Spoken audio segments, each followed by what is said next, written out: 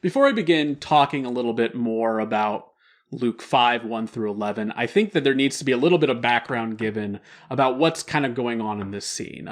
Obviously, Jesus is speaking to a crowd. He wanted to go out onto the lake to have better acoustics and everything. But what I really want to focus on is what kind of goes on at the end, which is, the entire point of this story is Jesus performs a miracle and he calls Peter, James, and John to follow him as his disciples.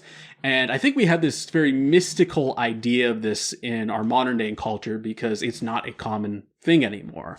But at that time, when you were a teacher, which Jesus would have been considered a rabbi by those in his community, you were able to take on disciples. And there's an entire process for those disciples to stay and be educated by you and eventually become rabbis, teachers themselves.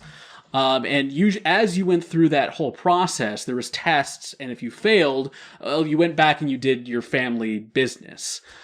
So what is somewhat implied here is that Peter, James, and John had possibly been through this process before, but they had been rejected and were now back working with their family. And in Peter's case, that really does seem to have been the case. He's been said in Scripture to be older than the rest of them, the rest of the disciples. So he probably had attempted this before and it hadn't worked out.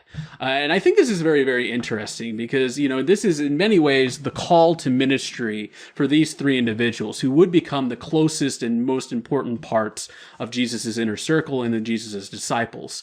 And oftentimes when we're called to do something in our lives, when we're called to become fishers of men, we get that initial call and things don't necessarily work out great immediately. Things don't go the way that you expect and you're out doing something very different at a different time. I know in my own life that is really legitimately what happened. But that call is still going to come back to you. God does have a plan to get you back into doing what he has called you to do with your life. And we need to keep that as a perspective. If you feel like in your heart that you have something that you really have been called to do, that God has called you to do, and maybe you tried it before and it just didn't work out, my message for you would be patient and be open to the possibility that the first time you tried wasn't the right time, that Jesus is going to come and give you an opportunity to do that thing that he has called you to do, to be that fisher of men, to go and minister in that sort of way.